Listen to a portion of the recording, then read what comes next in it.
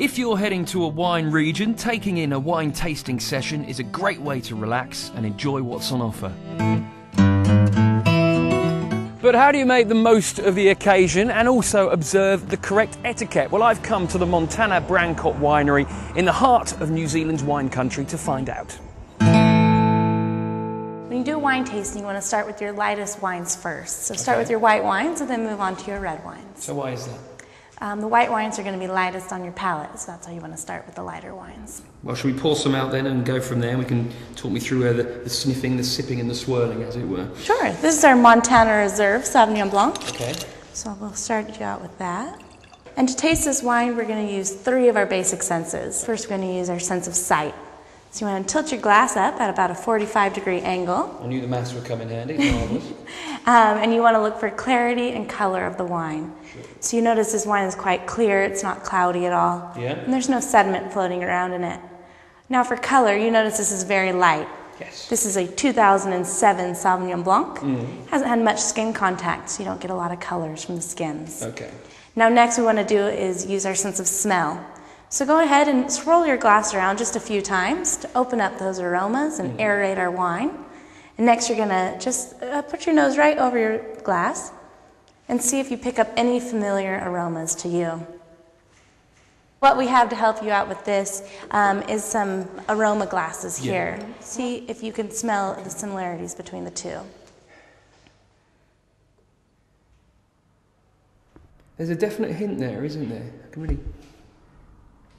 Yeah, you can pick it up. Is this kind of technique with these aroma glasses, is this a common thing you'll find at a wine tasting, or is this unique to you guys? This is fairly unique to us. We are really big on wine education here, and we want to educate anyone coming in the cellar door on how to find different aromas in a wine and what aromas you'll find in different wines.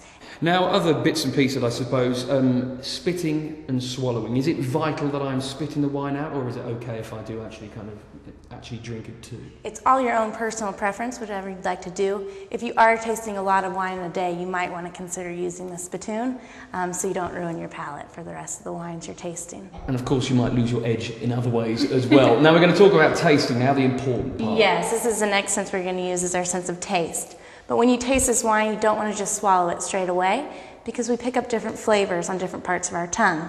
On the tip of your tongue you get sweetness, and along the sides of your tongue you get acidity or a sour taste. So how you want to do that is you want to take a sip of your wine, leave some in your mouth, tilt your chin down, and almost whistle inward. And what that's going to do is aerate the wine just like that, but inside your mouth. Okay, here goes.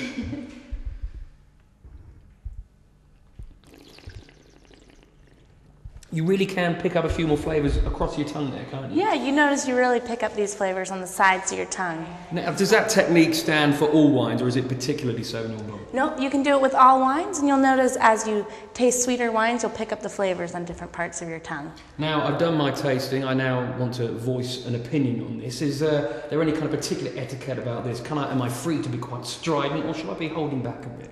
Now, everyone's free to their own opinion, but you do want to let other people with you form their own opinion as well. So you might not want to shout out if you don't like the wine or do like the wine. Now, can you give me any particular secret thing that I should be saying that will make me sound like an expert so I know what I'm talking about? Kind of a bluffer's guide, if you like. No, you don't want to just sound like an expert. We are about wine education here, so we want to make sure that you do learn the different flavors and taste the different flavors on your tongue.